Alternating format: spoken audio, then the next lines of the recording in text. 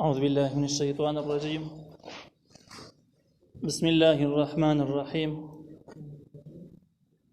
وذروا ظاهر الإثم وباطنه إن الذين يكسبون الإثم سيجزون بما كانوا يقترفون. سورة الأنعام 120 نمبر آیات. په دې آیت کې الله تعالی د عام ګناهونو د پرېښودلو امر کړی دی چې ګناهونه ټول پرېږدوئ. که هغه ظاهري ګناهونه د عمل سره تعلق دی که باطني د عقیدې سره تعلق دی خو ټول پرېږدوئ.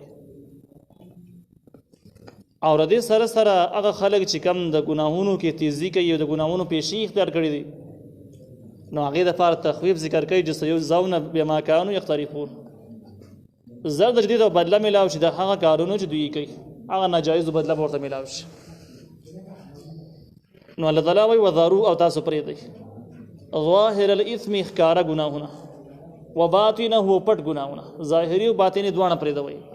یعنی عقیدې او د عمل والا ګناهونه ټول پرېږدوئ. ان الذين یقینا هغه کسان یکسبون الاثم چې کوي ګناهونه سیجزون زد چې بدله به ورته میلاو شي بما کانوا یقترفون په سبب د هغې چې دوی کوي د کم ګناهونه چې کوي د هغې بدله به ورته میلاو شي. نو دا رد دی په مرجئه باندې چې یو فرقه یو قوم په دې دنیا کې داسې اوسېږي هغې ته مرجئه وایي. د مرجئه عقیده دا ده چې انسان تش عمل ته ضرورت نشته، تش ایمان ته ضرورت دی چې اقرار وکړي او د الله تعالی وحدانیت ومني او قرآن او حدیث ته ټیک ووایي. بس هغې وایي عمل نه پکې دخل نشته،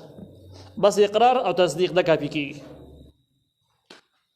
نو دغه خلک د اسلام نه بهر باطل خلک دي او د دې خلکو علامات هم شته دي. علامات دا دي چې څه ګناهونه هم کوي ته ترغیب ورکوي ته ګناه مه کوه نو هغه به تا ته وایي الله تعالی مهربان دی، الله تعالی غفور رحیم دی، ما به وبخي. دغه ټکې به وایي ګناهونه به جاري ساتي. دا عقیده دغه خلکو ده چې کوم مرجئه دي او مرجئه د اعمالو له دخل نه تسلیموي. نو دې ځکه کې د مرجئه رد دی چې کوم کسان ګناهونه کوي نو الله تعالی به د هغې د ګناهونو بدله لازم ورکوي. د اعمال ضایع شی نه دی، دا ضایع کېږي نه لیکلی کېږي. ولا تأكلوا مما لم يذكر اسم الله عليه. تاسو مخورئ د هغه څه نه چې نه یاد شوی په هغې باندې نوم د الله تعالی. د الله تعالی د نوم د یادولو بحث مخکې من کړی دی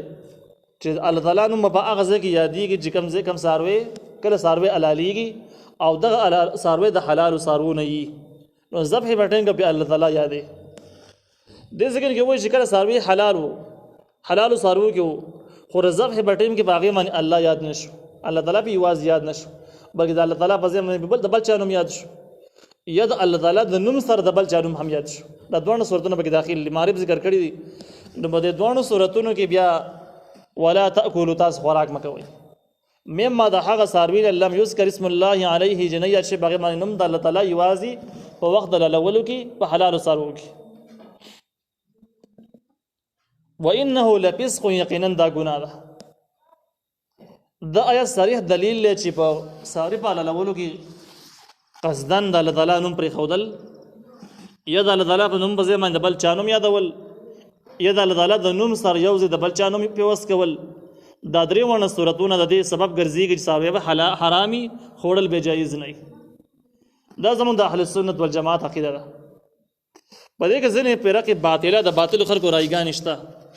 چې د هغوی ځینې جرړ او جراثیم دې علاقو سره هم ټچ دي. هغوی په خپلو کتابونو کې لیکلي دي، په ځینې فتاوو کې براینام فتاوو کې لیکلي دي چې د الله تعالی نوم که قصدن پرېښودلی شي په ذبح په ټیم کې هم خوراک یې وایي جایز دی. خو دا مسله د اهل سنت والجماعت د عقیدې خلاف ده او د قرآن د آیت صریح خلاف ده چې ولا تأکلوا مما لم یذکر اسم الله علیه. حاصل دا شو چې کله څاروي حلال هم دی خو د ذبح په ټیم کې د هغې باندې الله تعالی د نوم نه بغیر د بل چا نوم یادېږي یا د الله د نوم سره یو ځای د بل چا نوم یادېږي یا قصدن د الله نوم پرېښودلی کېږي بیخي پې نه یادېږي نو په درې واړو صورتونو کې به دا څاروي حرام او ناجایز وي، خوړل به جایز نه وي. اگر چې د کورنۍ غوا غوایي به خو بیا به ناجایز وي. دې کې سره دومره مسله شته چې کله سړی ذبح کوي او ذبح په ټیم کې بسم الله یېره شي قصدن یې نه پرېښي یېره شي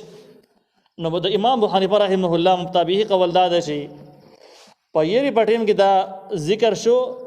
حکمن اگر چې حقیقتا نه دی نو په دې ټیم کې دا جایز دی. د هغې دپاره مستقل دلایل په نور ذکر کې شته دی خو لنډ حاصل دا دی چې ذبح په ټیم کې چا نه بسم الله یېره شوه الله تعالی نوم یاد نه کو نو ساروی حلال دی خو دا بسم الله قصدن پرې خو دلا یا دا غین علاوه د بل چا نوم به پکې یاد کو نو په دې صورتونو کې بیا ناجایز دی حرام دی الله تعالی و انه لفسق یقینا دا ګناه ده د سارو خړل جایز نه دی ګناه ده نو مسلمانان له هغه ځای کې ډېر احتیاط پکار دی چې کوم د بهر کفري ملکونو نه فیک وخی راځي چرګان نازي چې یاره د حقیقت څنګه دی په دې د الله تعالی نوم یاد شوی دی کنده یاد شوی دغه اداره څومره اعتمادي اداره ده چا ته معلومات چې د بنیاد شوی دی ډېر سروي د سیدي ماشینانو باندې لاله کی ډېر چرګان د سیدي ماشینان لاله سپینایي او پېکي نو د خوړل به جایز نه دی په دې ځای کې احتیاط پکار دی چې بنور احکام کې پابندي پکار ده د خوراک په سيزونو کې خصوصي احتیاط پکار دی وان الشياطين ليوحون الى اوليائهم یقینا شیطانان ليوحون خامخ وسوسه چي الى اوليائهم خپل دوستان شیطانانو نه مراد هغه خلق دی چې هغه مخلوق دی چې پیریانو کې هم دي انسانانو کې هم دي چې کوم د اسلام دشمنان دي مخالف دي نو هغوی د مسلمانانو په ذهنونو کې وسوسې اچوي دغه شان د خپل ملګرو خپل منځونو کې چې کوم بحثونه میټینګونه رواني د یو بل په ذهنونو کې هم وسوسې اچوي او وسوسې دې خبر یا چې د اسلام مقابل کې یو حکم ثابت کړي ټیک دی د اسلام په احکامو کمزوري ثابتول باغې اعتراضونه کول دا د دې وسوسې دی یو بل ته ورچي او دا دې د فار لیوجادلوکم چې دوی جګړې وکړي تاسو سره په دنیا احکام او شرعي احکامو کې جګړې او بحثونه شروع کړي چې دا د سره نه منم هغه د سره نه منم زما ذهن دسي وي زما فکر دسي دی وای دا کار د شیطانانو او شیطانان د کارونه کوي لہذا کافران او د اسلام دشمنان شیطانان د هغوی خبرې د قرآن او د احادیثو په مقابل کې د آسماني پاک شریعت مقابل کې قطعا قابل قبول نه دي او قابل التفات هم نه دي یعنی هغې توجه هم نه ده پکار وان اطعتموهم که تاسو تابعداري وکړه د کافرانو یا د شیطانانو د هغوی تابعداري څنګه ده د هغوی تابعداري په دې خبرو کې ده په دې ذکر کې چې یو څیز باندې الله تعالی نوم نه یاد شوی او هغوی خوري خوراک جایز ګڼي نو په دې خبرو کې تاسو د هغوی خبره ومنئ چې او دا ټیک خبره ده بس څاروي د الله نوم دې پې نه یاد شوی خیر دی لال شوی خو دی او دا جایز دی نو الله تعالی وایي انکم لمشرکون دغه وخت به تاسو هم مشرکان شئ د اسلام نه به بهر شئ خارج بشئ د اسلام په دې وجه باندې موږ وایو چې اسلام خپل نواقض لري په هغې باندې ایمان ماتېږي علماو تقریبا د هغې 10 قسمونه ذکر کړي دي اگر چې دغه کسانو بیا کلمه هم وایي دا به منظم کوي او د مسلمانانو په سب کې به لر بر کېږي خدا سي خبر شته چې باقي بس ایمان ماتي مسلمان حقیقت کې به مسلمان نه وي د دې رسي مثال لکه سره چې موږ او دس کړی مانځه ده به دغه او دس مات شوی یو ځګنې زخمی شوی یا بل الټی کلی بل مسله خود د نواقض د او دس نه معلوم چې او دس پس شي باندې ماتيږي صرف او دس کول ز ذکرلی د ماتېدل اصول نه خبر نه دی